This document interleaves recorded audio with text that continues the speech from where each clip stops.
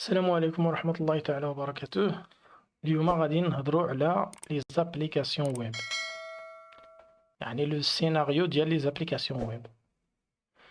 دونك لي زابليكاسيون ويب عندنا لو كليون، عندنا لو كليون اللي كاين هنايا، و دو سو كوتي لا عندنا لو سيرفور. Donc, qu'est-ce qui se passe quand je veux accéder à un site web ou bien à une application web? Donc, on a l'utilisateur, il donne l'URL à sa machine, donc il encode l'URL dans sa machine, et la machine il prépare l'enveloppe باش يصيفطوا للسيرفور. هاد l'enveloppe هادي يعني اي ميساج كيمشي في الانترنت راه on le met dans une enveloppe. يعني tout message qui passe sur internet est défini dans une enveloppe. Et cette enveloppe va contenir les différentes informations. يعني هاد l'enveloppe هادي غيكونوا فيها plusieurs informations. غيكون فيها ça dépend، يقدر يكون فيها شكون صيفط هاد لا دوموند، يعني d'où il vient la demande، qui a fait la demande. يقدر يكون فيها اشنا هي لا دوموند، يعني qu'est-ce que l'utilisateur demande. Ça veut dire quelle est la demande exacte ديال l'utilisateur ou bien ديال le client. يقدر يكون فيها par exemple quel est le navigateur utilisé، اشنا هو le navigateur اللي l'utilisateur a utilisé اللي استعمل باش يصيفط هاد لا روكيت. يعني يقدر يكونوا بزاف ديال لي زانفورماسيون. Du coup, dans cette enveloppe, يعني في هاد l'enveloppe هادي on va trouver deux informations. On trouve كنلقاو فيها جوج د الحوايج، كنلقاو لو هيدر et le body. يعني في اي enveloppe، في اي روكيت HTTP كتمشي من لو كليون vers لو سيرفور، راه كيكون فيها لو هيدر et كيكون فيها لو body. Dans le header, on va retrouver par exemple qui a appelé. شكون اللي صيفط هاد لا روكيت هادي، d'où il vient. Quel est le navigateur كما قلت ديك الساعة، اشنا هو لو نافيغاتور. واش هاد est-ce qu'il y a un numéro de session, est-ce que cet utilisateur est-ce qu'il est authentifié ou non. يعني كلشي هاد لي زانفورماسيون هادو كيمشيو في لو هيدر، كيمشيو في لو هيدر ديال نوتر روكيت HTTP. Après عندنا لو بادي. في هاد لو بادي هذا، ce body là il contient le contenu de l'enveloppe. يعني il va contenir par exemple des formulaires, des fichiers. يعني هاد لو بادي هذا هو le contenu ديال لا روكيت. يعني يقدر يكون فيه un formulaire d'authentification، يقدر يكون فيه un fichier par exemple، يقدر يكون فيه تكون فيه une image، بغيتي تصيفطي une image vers le serveur كتمشي في البادي. فوالا بحال هاد الحوايج هادو. Donc cette enveloppe هاد la requête HTTP est envoyée à travers l'internet. Donc il est envoyé à travers l'internet. Et l'internet هنا باش كنعرفوا فين غاديه. Donc cette enveloppe elle est envoyée via à travers l'internet, ou elle est générée par le DNS. Elle est générée par les serveurs DNS. اشنا هو un serveur DNS. Un serveur DNS هو واحد لو سيرفور ديال لي نون دومين. نعطي اكزومبل، باغ اكزومبل عندي HTTP www.google.com. لو نون دومين عندي هنايا google.com، هذا هو لو نون دومين، هذا هو لو دومين. هذه ليكستونسيون اللي كتجي من بعد، يقدر تكون .com، يقدر تكون .be، يقدر تكون .fr، يقدر تكون نابورت. وهذا عندنا واحد ليكستونسيون اخرى هنايا، عندنا ليكستونسيون qui vient avant le nom de domaine. Donc un serveur DNS هو واحد لو سيرفور ديال لي نون دومين، يعني فيه لي نون دومين. Donc quand on envoie la requête، الا صيفطنا فاش كنصيفطوا لا روكيت vers le serveur، يعني لا روكيت HTTP بحال هاد ليكزومبل اللي عطيت هنايا، هادي سي اون روكيت HTTP، يعني لو لien كامل avec les données، avec les informations ديال le header، avec le body. Le serveur DNS, qu'est-ce qu'il fait? Il va prendre ce domaine-là, il va le traduire. Donc il va traduire le domaine, le nom de domaine en adresse IP. Donc il va le traduire et transformer l'IP qui correspond à ce nom de domaine. Il détermine quel serveur HTTP est concerné. يعني إلى كيحدد l'adresse IP وديك الساعة كيعرف اش من serveur. يعني اشنا هو le serveur qui est concerné par cette requête, ou bien quelle machine qui héberge le site web qui correspond à google.com par exemple. Donc une fois que le DNS nous donne l'adresse IP du nom de domaine, on envoie la requête vers cette machine.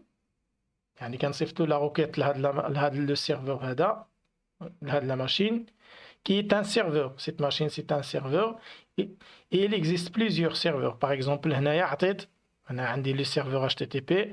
عطيت deux exemples. Par exemple, عندنا le IIS de Microsoft. عندنا Apache qui est open source. Il y en a d'autres, il y en a plusieurs, mais c'est les deux les plus courants. Donc, on envoie la requête HTTP, HTTP, ou la HTTPS. C'est quoi la différence? C'est juste l'HTTPS, il est sécurisé, et HTTP, il n'est pas sécurisé. Donc, une fois le serveur reçoit la requête, la requête فاش كتوصل le serveur ديالنا, il va déterminer quelle application. Pourquoi? Parce que dans un serveur, on peut trouver plusieurs applications. Un serveur, il peut héberger plusieurs applications. On a deux applications. C'est seulement pour un exemple, mais normalement, il y a beaucoup de applications. Donc, une fois la requête elle arrive dans le serveur, il faut qu'il détermine quelle application qui est concernée. Donc, pour identifier une application par rapport à l'autre, c'est tout simplement هذا هو اللي كيديفيني اش من application. C'est seulement l'extension qui vient avant le nom de domaine. Donc c'est هنا دابا عندي par exemple إلا خديت جوجل عندي w3 google.com. فين كتصيفطنا في لو سيت دو ريشيرش, يعني لو سيت ديال لا ريشيرش السيرش ديال جوجل. إلا درنا باغ اكزومبل mail.google.com كتصيفطنا فيغ لا بواط ايميل. إلا درنا باغ اكزومبل drive.google.com كتصيفطنا فيغ درايف ديال جوجل. يعني هاد l'extension هادي اللي كتجي avant le nom de domaine, c'est elle qui détermine quelle application à l'intérieur du serveur est concernée. Donc dans toutes les requêtes, يعني في هاد les requêtes كاملين إلا خدينا هاد l'exemple, إلا خدينا هاد l'exemple, عندنا le même domaine, عندنا google.com, google.com. On a le même domaine. Donc هادو il concerne le même serveur. Donc le même serveur. Le nom de domaine c'est le même, donc l'adresse IP c'est le même, et le serveur ça va être le même. Le serveur détermine quelle application et lui passe la requête. Donc le serveur il passe la requête à notre application. Et l'application qui est traitée, la requête, il ne traite pas l'entièreté de la requête, mais il va traiter la route. L'application, il va traiter la route, il va déterminer comment il va générer le résultat pour envoyer le résultat à l'utilisateur. Voilà, mais de base, dans les serveurs HTTP, de base, ils ne traitent que des fichiers HTML. يعني كيكون فيهم غير HTML, CSS, ونقدر نزيدو JavaScript pour faire mieux, mais ce n'est pas très dynamique. يعني فاش كيكون إلا كاين غير HTML و CSS كتكون غير une page statique, ما كتكونش la réactivité avec l'utilisateur. يقدر نزيدو la réactivité هذاك يكون un peu dynamique, يكون le site le dynamique نزيدو JavaScript par exemple, mais c'est pas très dynamique. Donc c'est pour ça on a la possibilité d'introduire des différents modules. Donc on a la possibilité d'introduire plusieurs modèles dans le même serveur. Par exemple, on peut rajouter le module .NET de Microsoft pour générer par exemple, pour héberger les sites web ASP, par exemple. On peut ajouter le module PHP pour héberger des sites PHP. On peut utiliser le module de Node.js pour héberger les sites web en Node.js. On peut utiliser plusieurs modules, etc. Et une application, une application, par exemple l'application 1, elle peut utiliser plusieurs modules. يعني هذه l'application numéro 1, il peut utiliser par exemple le .NET et le PHP. يعني يقدر يعني le site ديالنا l'application يعني نديفلوبيه بدو يعني يقدر نديرو فيه une partie .NET une partie PHP يقدر نديرو une partie .NET une partie Node.js. Donc chaque application il peut utiliser plusieurs modules. Et donc une fois déterminé vers quelle application on veut aller, par exemple si on veut aller dans l'application numéro 1, on génère le résultat. On va générer un résultat. Donc l'application elle va générer un résultat qui قلت إما HTML مع CSS ou JavaScript par exemple, ou bien il va générer un résultat XML, ou bien il va générer un résultat en JSON, ou bien les deux, ou bien il peut générer des fichiers, ou bien des flux vidéo, tout ce qui est binaire.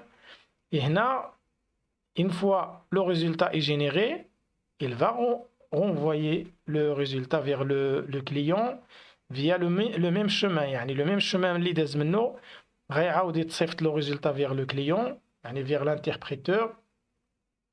Et quand l'interpréteur reçoit le résultat, il l'interprète.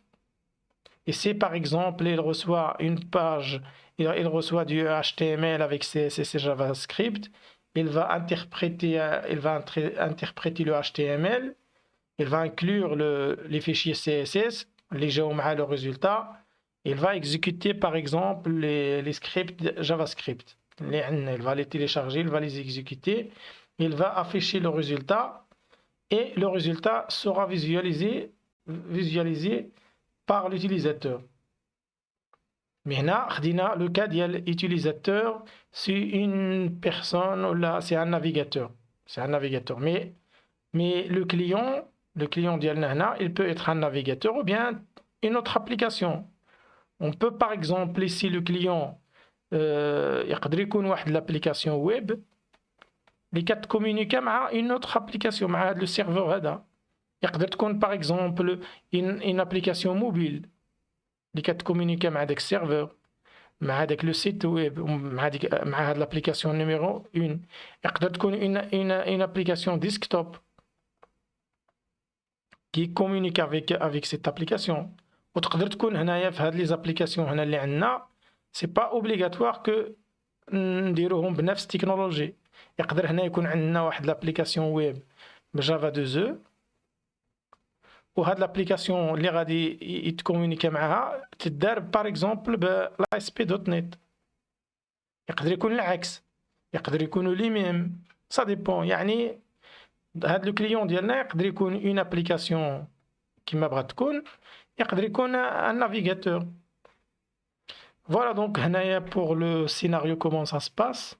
Et après pour la vidéo suivante pour la vidéo suivante غنهضروا على هذا الكوتي ديال لي زابليكاسيون هنايا كيفاش كدار، وغادي نهضروا على لو باترن ام في سي يعني كيفاش كنانتيغريو لو موديل يعني لو باترن ام في سي في هاد لي زابليكاسيون. Et après on va parler de l'ASP, on va parler de l'ASP.NET. هنايا في سميتو j'ai oublié de parler de la base de données. Donc عندي les bases de données هنايا.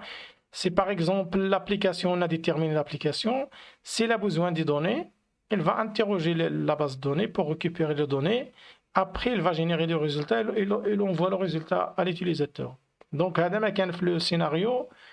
Et à la prochaine fois, Inch'Allah.